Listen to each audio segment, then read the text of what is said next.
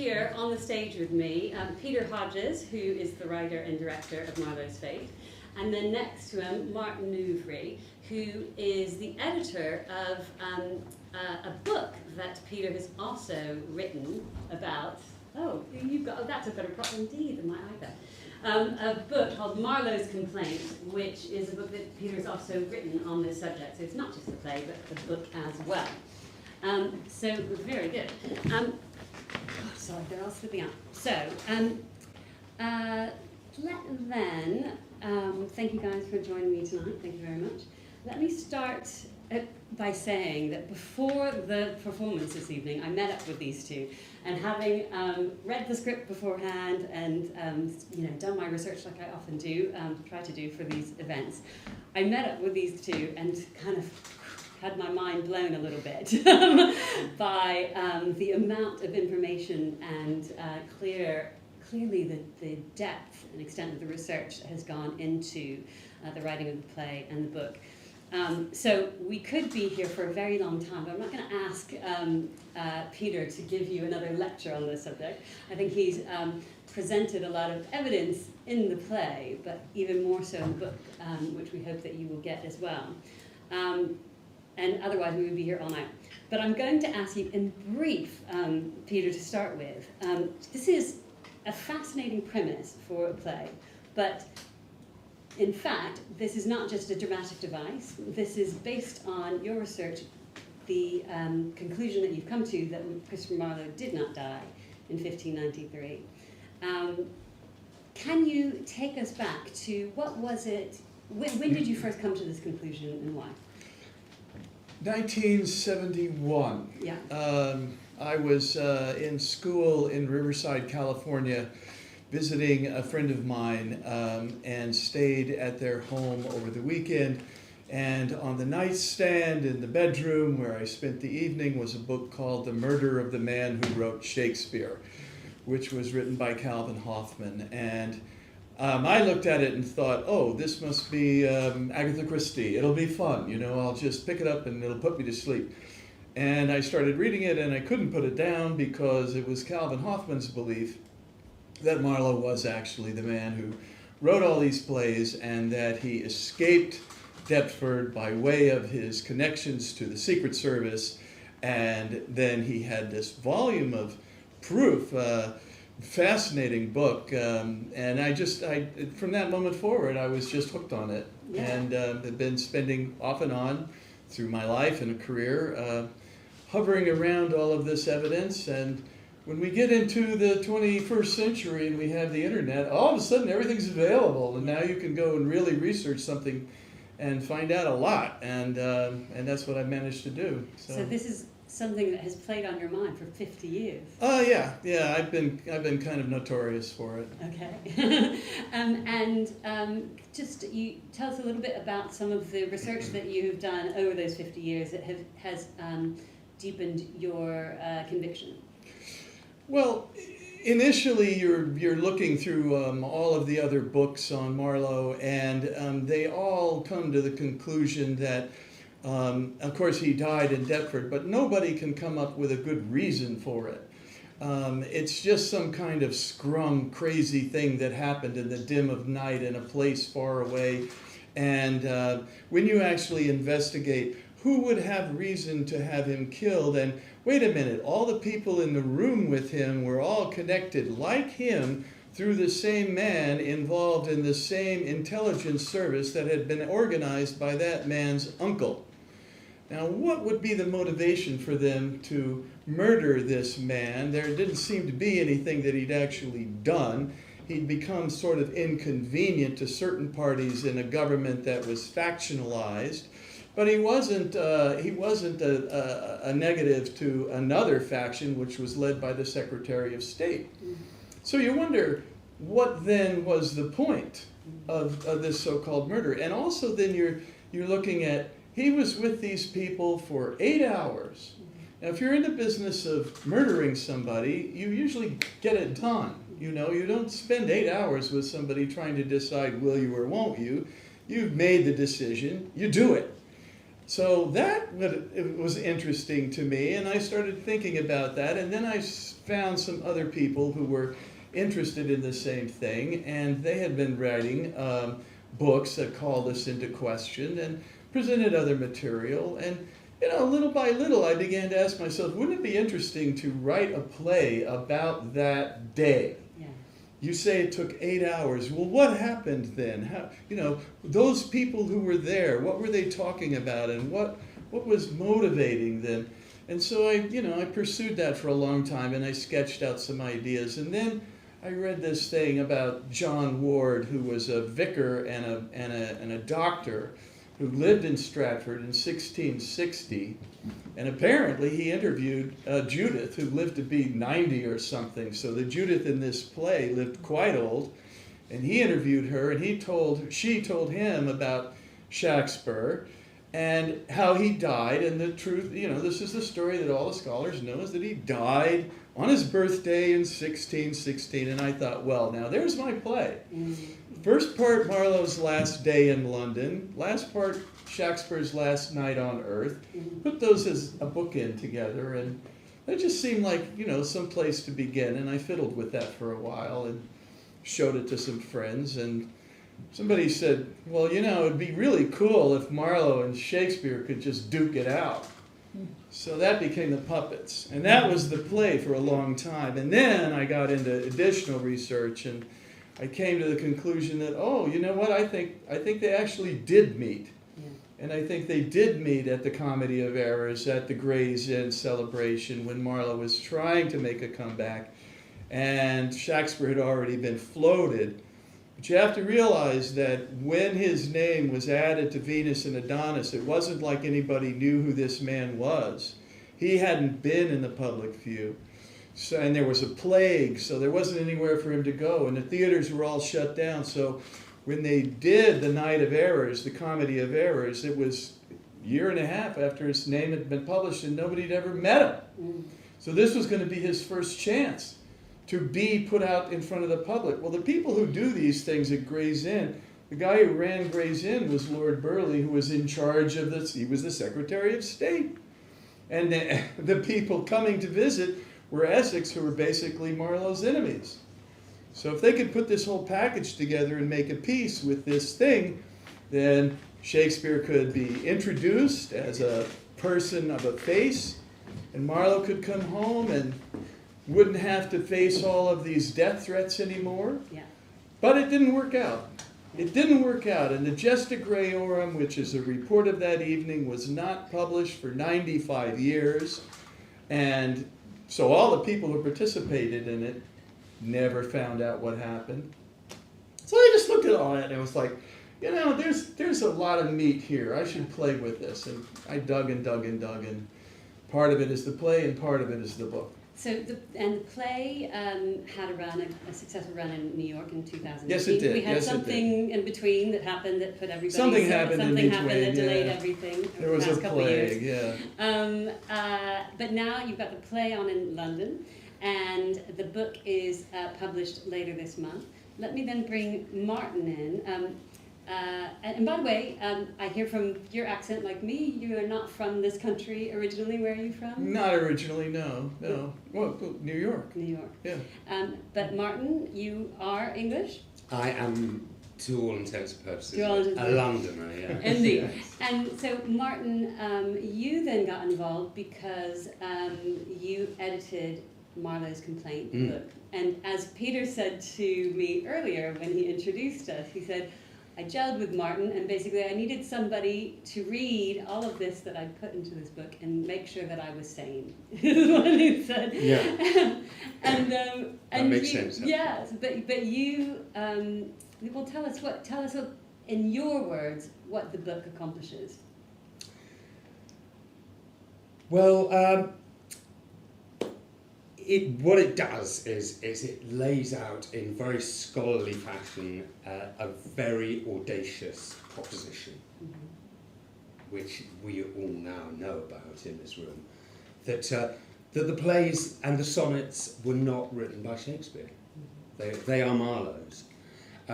It's a shocking idea. We all have a sense that that authorship is disputed to some extent in terms of Shakespeare's works and so on. But I think we also all assumed that Marlowe's death in Deptford on that night is historical fact. You know? So coming to that book, I can understand why Peter wanted to have a sort of sounding board at that stage of the process, because although it's forensically researched, I mean there are huge numbers of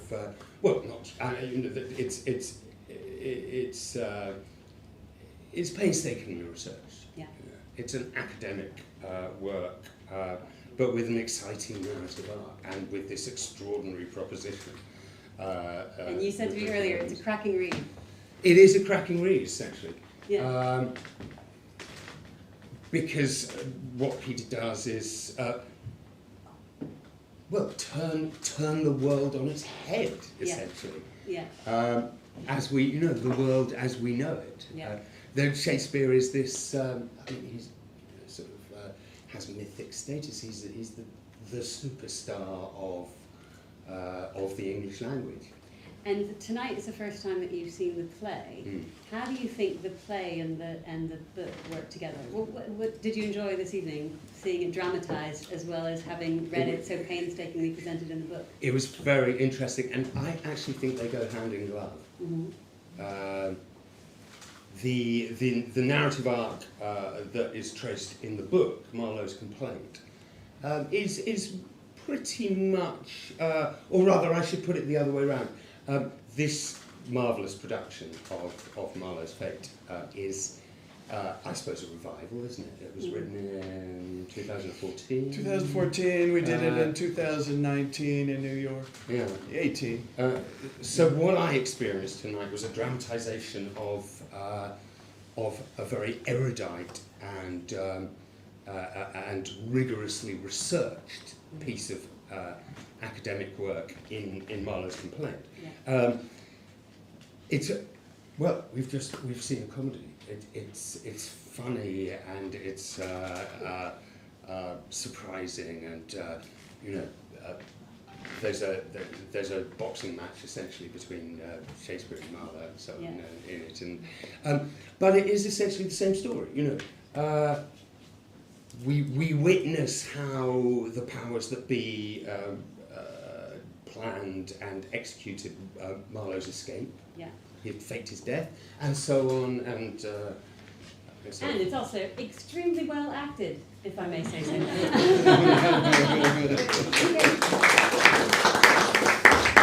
Let's get a shot of the company. Yes, absolutely. So, in their natural state.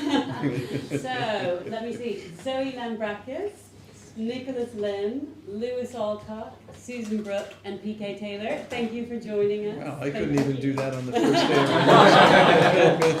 Thank you, guys. Thank you. It was really great. You weren't here when I was getting people to raise their hands, but let me ask you as actors, how many of you, and I know the question answer to one, how many of you have previously appeared in a play, a Shakespeare play? Everyone! Wow, okay. So No, actually, none of you have.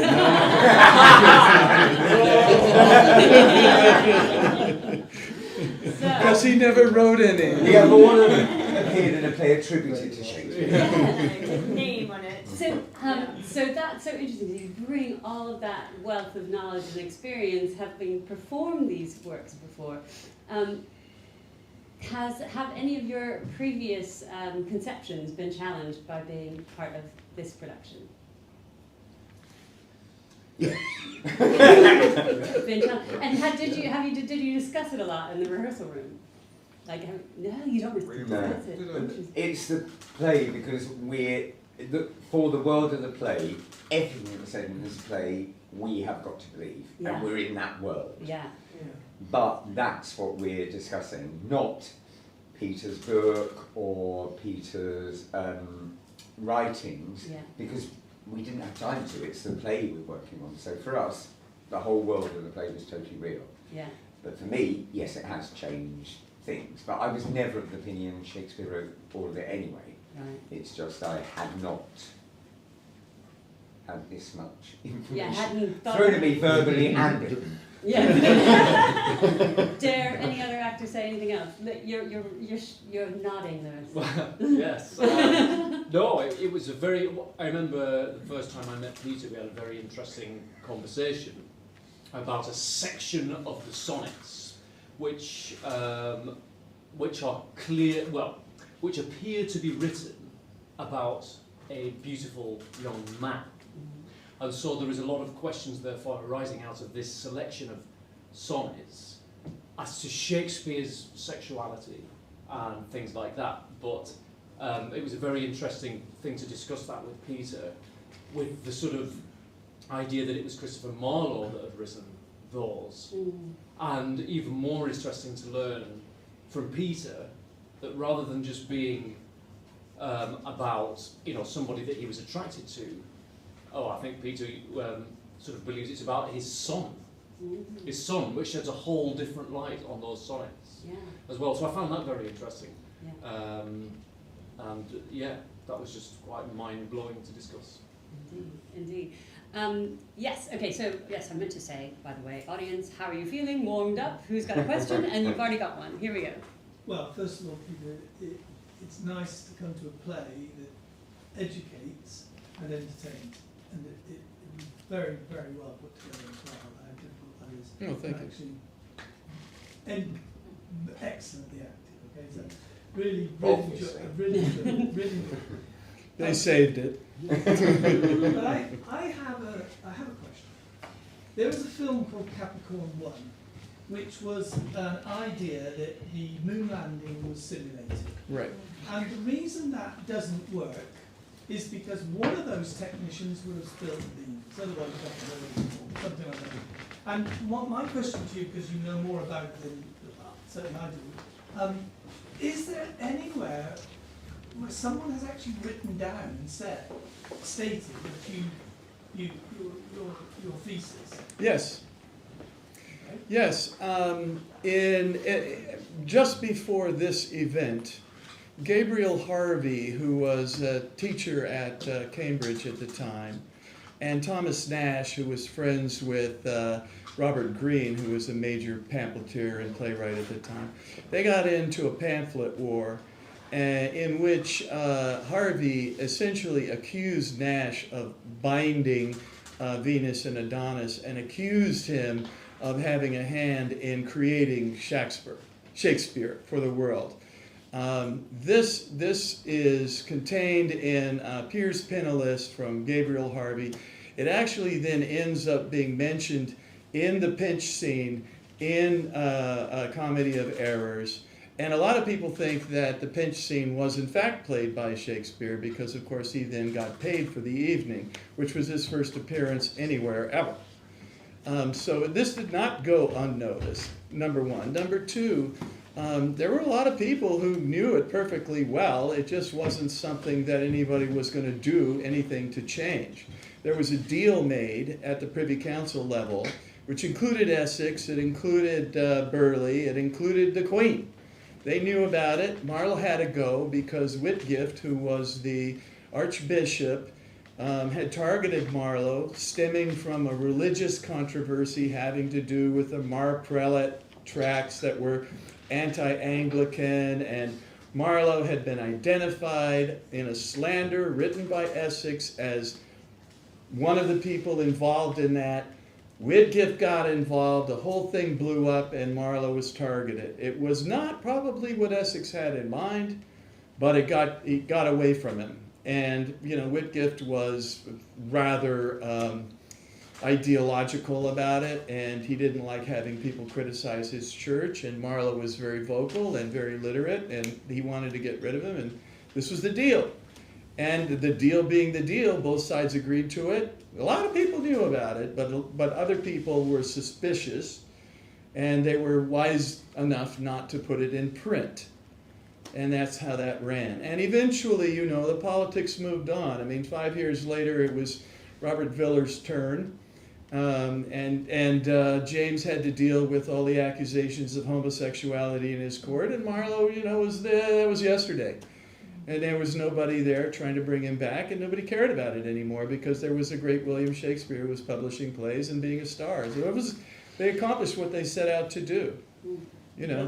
Governments were more trustworthy or could keep secrets. They could keep secrets better in those days. No social media. And it didn't hurt that Marlowe figured out how to stage it. I think that's the most fun is that it's Marlowe who's in the middle of all of this, who figures out how to tell the story. Who better than the guy that is the best playwright of all time should figure out how to stage his own death, you know. Pity he didn't get to rehearse it. Very good. And we've also now been joined by lovely Robert Vernon. Thank you, Robert. Were there other hands in the audience? Oh gosh, okay, we'll come over here. What about textual analysis? Because I presume there are sort of no works that are ascribed to Marlowe that you agree on. You know, one of the things in the Hold on a Hoffman... moment, I'm not sure if you finished your question. Well, it's just like people say that Shakespeare has much greater vocabulary. Yeah. Let me give you... What are the results of that analysis? Let me tell you what they are. Welcome to because our my book deals with this. It has a chapter called the Stylometric Fallacy. But stylometry is a thing that has bubbled up in the past couple of decades because of computers and the brute force of all the numbers and everything. There was a man that was reported in the Hoffman book. This was one of the things that really nailed it for me. A guy by the name of Mendenhall in the 19th century, towards the end of the 19th century, when they were starting to really deal with statistics. And there was this science of statistics that was being used in court, when I say law court, to prove various people's identities and so forth. And Mendenhall came up with this brilliant analysis, so simple, so pure. All the other stylometrists, they just look like phonies compared to this man, because the simple thing he did was he counted syllables. He didn't care what the word was. He didn't care where its context was. He didn't care anything about the meaning or any of that. He just counted syllables. So many one-syllable words, so many two-syllable words, so many three. And you wouldn't believe when you get up to like 8 syllables and you count what an author does. And think of it as a drumbeat in a man's head, right? Now you count those syllables, you will get an identity. You will get you can put it on a chart, a very simple line. You'll get a very simple line.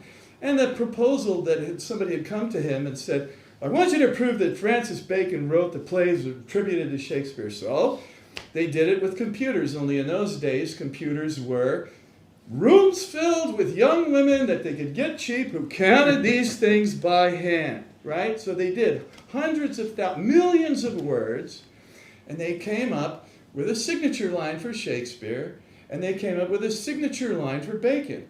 Well, they didn't match. So they were intrigued, however, and they went at it, and they went at it, and they went at it, and they went through the whole list of all these Elizabethan authors.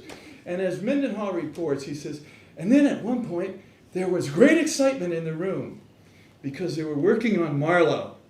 And they came up and they put these two signatures, one on top of the other, and they matched. They matched. And that is a test you can do today. That is the simplest test that has no kind of, you don't make a decision about what it is. Was, is, it, those are the same word as far as the number of syllables. But where would we go for to see that? Where I can get it for you. Okay. Okay. It's quoted in my book, and Yeah, get the book, Oh. and we'll have a puppet rematch, I think. That'll be the Yeah, no, There was that's- another hand over Well, here. yes, I was just wondering what you thought of David Shapiro's book. Well, now, before he answers, just tell us, David summarize for you Shapiro's, what David Shapiro said. Shakespeare scholar at Columbia University. Mhm. And in 2010, he published a book about Shakespeare and Marlowe called Contested Will. And he pretty thoroughly documented, as far as all scholars feel, that most of this conjecture was simply that the facts were not facts but conjectures, And what do you think of David I Shapiro? thought David Shapiro's book was spot on, but then I was an academic, so. Okay.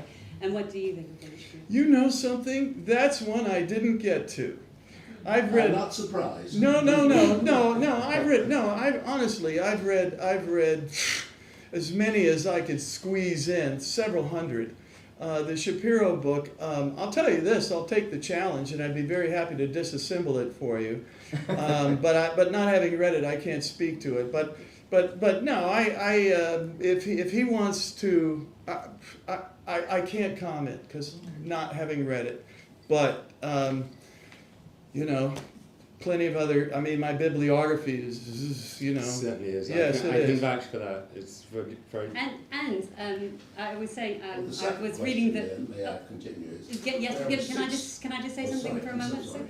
I was going to say, in terms of bibliography and footnotes, even in the play text, which you don't often get in play text, there are lots of footnotes. So things are cross-referenced. It is well cited. And what was your second Well, there were question? 6 editions of Shakespeare before the end of the 18th century, and none of them came up with this idea at all that somebody other than Shakespeare had written the plays. You would think people who were closer to the event might have a better idea than people who started conjecturing that Shakespeare couldn't possibly have written the plays because he was an uneducated, illiterate twit. Do you want to respond to that? I'm trying to figure out what side you're working. I mean, are you saying you're plus or minus on Shakespeare? What do you mean by plus or minus? Well, are you? I think Shakespeare wrote the plays. Okay, fine. Written by Okay, Shakespeare. because I was not sure what And I was. there were 6 very intelligent editors of Shakespeare's plays by the end of the 18th century. Actually, no, those guys I did comment on, and those guys. Well, they didn't mention Marlowe as the author. No, of course, Oh, because he was supposedly dead, and there So wasn't a Shakespeare. controversy at the time either. That came later. That is a sort of 19th century development. Yeah, That's I would true. rather say it was started by one of our countrymen in the early 19th century, an American lady who came up with this conjecture, hypothesis, that Shakespeare couldn't possibly have written these plays because he was an illiterate plowman. Mark Twain was also in Oh, there. yes. Oh yeah, Yes. yeah. The doubters are legion. Yeah. What would you have given in a way? I mean, if you met the fellow, and he's on the stage, you're meeting him all the time. If he is an illiterate plowman, he wouldn't. I mean, you know, when you meet somebody who has written brilliant pieces of work, you wouldn't know. Do you know how many people pick up my scripts and tell me what they mean and you know what my characters will do and won't do? Yeah. Do you know how many directors will tell me I don't know what I'm talking about my own play? Yeah. I mean, that goes on a lot. That's not proof of much of anything. Shakespeare was probably very adept at the business of staging. And he was probably more adept, if you think about it, of the business of managing a theater. He was a businessman. He was to the Lord Chamberlain's men what Henslow was to the admiral's men. The difference is that he didn't keep the records or at least they didn't survive, that Henslow kept. And somebody had to do that job. Somebody had to manage that theater. Burbage wasn't going to do it. His father wasn't going to do it. So Shakespeare fell into this position. He didn't start off by advertising himself as author of anything. He didn't put his name on anything until 1598. He put it on Love's Labour's Lost as an editor. And a lot of the time, his name was put on work that definitely wasn't his because it was a sellable name. So the tradition that he wrote the plays, it didn't start until the folio was published, okay? Nobody in his lifetime ever said anything about him as a writer. We know a lot about the man as a businessman. We know a lot about the man traveling to and from Stratford and doing many other things. But when he died, nobody wrote a poem saying, "Oh, the Bard of Avon." Nobody noticed that he died. It was when the folio was published that the tradition of Shakespeare being a great playwright began, not before. So moving on to maybe a slightly less contentious bit. I'm fascinated in this. That this is great debate. But I was really interested with that in the play, that the importance of the publication of the folio for the reputation of Shakespeare as Shakespeare, and also, as you put across in the play, the importance of the development of the English languages. Yes, yes. You know, there was a reviewer who said something I thought was very interesting, which is a connection I hadn't even thought of, but she said that, talking about the language in this way emphasizes the point that language can be used to tell falsehoods. Mm-hmm. And so in the scene, talking about putting out the folio and the beautiful language of the folio, that itself is part of making history. Mm-hmm. You know, a history that you want to tell. You create a story, and here's your story, and you're using this powerful language to make it happen. Yeah. And we still do this today. Yeah. But again, I'm going to throw one out to the actors, because regardless of the authorship of the plays that have been passed down to us these centuries later, can you imagine as actors what acting would be like if those plays hadn't survived, if we didn't know The Tempest or King Lear or Hamlet or any of them? You'd never performed any of them. Do you think this country would be seen in the light that it is in terms of drama and culture and narrative? No, I don't think so. I don't think so. No. It's because it goes back so far. Yeah. And then the plays have been redone, repeated. You know, every era has had its way of doing Shakespeare's plays and changing them and adapting them, and they've continued all the way through to now. So I don't think so. They've also informed so many works, so many writers, and actors, informed everything. Yeah. Directing, staging, writing, production. Yeah. Yeah. So the impact is almost incalculable, the publication of those plays. Yeah, and the language that's come from it, you know, all the phrases that we take from Shakespeare. When you start to look at Shakespeare, you realise how many that you know that are in everyday use, and you haven't realised that, you know, where they've come from. Yeah. And it's not just the vocabulary or the phrases, is it? Yeah. It's the rhythms of Yeah. the language. It's the sound of the language that Yeah. has insinuated itself into. It has been part of the evolution of the English language for the last 400 years. Which is why they wanted to publish it. Well, exactly. Yeah. So how lucky we are. Yes, sir. 1620 wasn't the first publication of Shakespeare's plays. There are quite a few quartos published before. There were quite a few, yes. So Shakespeare would have been known to the person in the street. Yes, of course. Yes, of course. He was, he was used as an advertising marketing tool, of course. Yes, his name is he ran the theater where the plays were produced. Most certainly his name was there. I'm not saying he didn't exist. He did exist, and he was an entrepreneur, and he was a smart guy. Can I ask a question about that? I mean, how sure are you really, after 500 years, that any of that's true? Well, read my book. That's all I can tell you. I'm going to take your bet. I'm going to take your bet, and if I can get a contact for you that is, protected, I will. No, because it's none of my business where he lives. But no, I'll take the bet, and I will give you a report on Shapiro's book, because God forbid I should do this ever again and somebody asks me about it. So I'm very happy to go and read the book. And show you what Shapiro doesn't know. Okay, but I can't. Shapiro will show you what you don't. No, I doubt it. Is Shapiro still alive? I know who he knows. I know his folks. I know what he's doing. I think that we've got a few rematches. We got a sequel. We got a sequel. It's coming. This is a whole new boxing match. I give up. No. Quicker than I am. No. Well, that's just Snickers. Did we answer your question though? No. How do we know? Interested We don't know. We don't know. So everything's just really... I can't believe all you people stayed behind to do this. This is outrageous. That is just so good. That's great. Okay. I was going to say, what was I going to say? I'm all. Do you think this will ever be settled, proven definitively? If you read my book, it will. Yeah. So you think if this man reads your book, it's all settled? Listen, there is stuff in this book. Nobody has ever taken a look at the sonnets the way I've taken a look at it. Nobody has ever dared to say this, and of course, you know, even Marlovians will say, Peter, you can't say it's proven, stop doing that. And that's fine, they're academics, they have to live in that world. But I don't, and I'm convinced, and I would be very happy to have an academic come at me, first read the book, before they start trying to run it down, read it first. And then let's talk about that. Did I miss something? Did I misstate something? I'm very happy to deal with that. That's what I'd love to do. Let me rephrase the question then.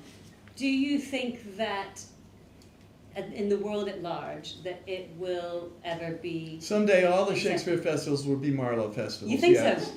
Yes. Because it's a better story. It's such a better story. Shakespeare is nothing. He's like, you know, Marlowe, my God, he's Love on the Run. I mean, it's the most incredible story of all time. Yeah. And there are so many dotted lines that lead to very specific connections to, for example, the sonnets and so on. That make the whole thing seem highly plausible. Yeah. I mean, outrageous, nevertheless. Yeah. But still, the argument academically seemed to me to stand up. Yeah. With my jaw. And then, You're going way out there, Martin. So in the play, we get a glimpse of Marlowe's future had he lived, as he did, obviously, beyond 1593. But what do you think ultimately happened to him? What was his fate ultimately? Well, I mean, in the book, I addressed the idea that he actually had a hand in the folio himself, and that there are some very clear things that the scholars themselves, Stratfordians, can't understand how they were done, and so they look for other writers to have done them, because they admit that Shakespeare was dead when these things were supposedly written. So, but to me, they happen to deal very personally with Marlowe, such as Merlin's prophecy in Lear, and who was called Merlin? Marlowe was. And, you know, it's just a simple thing like that. But beyond what he wrote or contributed, he outlived all of the other players in this. I think he did. I think, yeah. I mean, if he was there in 1623 for the folio, then very likely. Look, Audrey lived to 1624. That would have given him a motivation to stay. And Walsingham himself, Thomas, lived to 1628. He was his close friend. He was older than Marlowe. Marlowe could have come home, lived quietly. His son may have protected him at Scadbury. That may have, I mean, you know, this is the most researched person in the Western world right now is William Shakespeare. And we have scraps for his life and nothing saying he was a writer during his lifetime. 400 years of research, and that's what you've got. Please give me something for Marlowe. Yeah. Go digging for Marlowe. You're going to find it because he's there. Interesting. Well, and I think that's a good place to stop, I think. But one quick question for each of the cast to answer. Whoever wrote them, which is your favourite of the plays attributed to either Shakespeare or Marlowe, and that you might want to perform in future? Anybody have any ideas? I mean, my favourite's Twelfth Night, but I've done it twice already, so I'm done with Twelfth Night. Done. But it's very nice that they have started gender-flipping plays, so women do get a chance to play some of those meaty roles. Yes. So, yeah. Cush Jumbo and Hamlet. Yeah, exactly. So, you know, we can keep our eye on those as well. Excellent. Probably Macbeth, I think, for me. The dark side. Twelfth Night again. I've been in it 3 times. Happily do it again. Wow, Twelfth Night, very popular, very popular. I've got 2 answers that go together. My favourite play is Hamlet. Yeah. And I would love to play Iago. Ah, nice one. Robert, give me your dream. Did you say Marlowe or Shakespeare? Yeah. Yeah, well, 'cause my first job was Tamburlaine, and like I always wanted to I played like the heir, so I always wanted to like do that again when I was older, and then being Tamburlaine, and it would sort of come full circle. It was David Fye adapted it, so he combined the 2 plays into No one mentioned fun for work. Faustus. I love Faustus, and Faustus seems to, you're referencing Faustus quite a lot. Faust is there. Faust is, yes. Yeah. Who burnt the topless towers of Ilium. Yep. Interesting. But thank you guys, you were wonderful, and when you're in each of those plays, let me know, and I'm going to come see them. And thank you guys. Now, audience, you guys are our champions for this controversial play and book. So I would like to ask you please to spread the word, get people to come and see it and talk about it and debate it. And you, sir, you have to come back, read the book. We'll have match 2, match 3. The play is on here until when? The 27th. The 27th of November, yes. 27th of November. And the book, where can we get the book? Well, it'll be on Amazon soon. I'm just trying to squeeze it out of the publisher right now. We've got all the proofs are done, all the checking is done, cover is done, and any day now it should drop. I was so hopeful to have it here tonight, but we'll have it soon, very soon. Great. So when we give them all a clap, for those of you who are on social media, will you do me a big favor, and I want you guys to come, and I want to get a group shot, and will all of you take photos and share it? I'm looking at you guys with photos. Yes. Photos and share? Okay, brilliant. So join me in thanking, obviously, wait till the end, Peter and Martin, and Zoe and Nicholas and Lewis and Susan and Robert and PK who had to leave. Thank you. Thank you guys.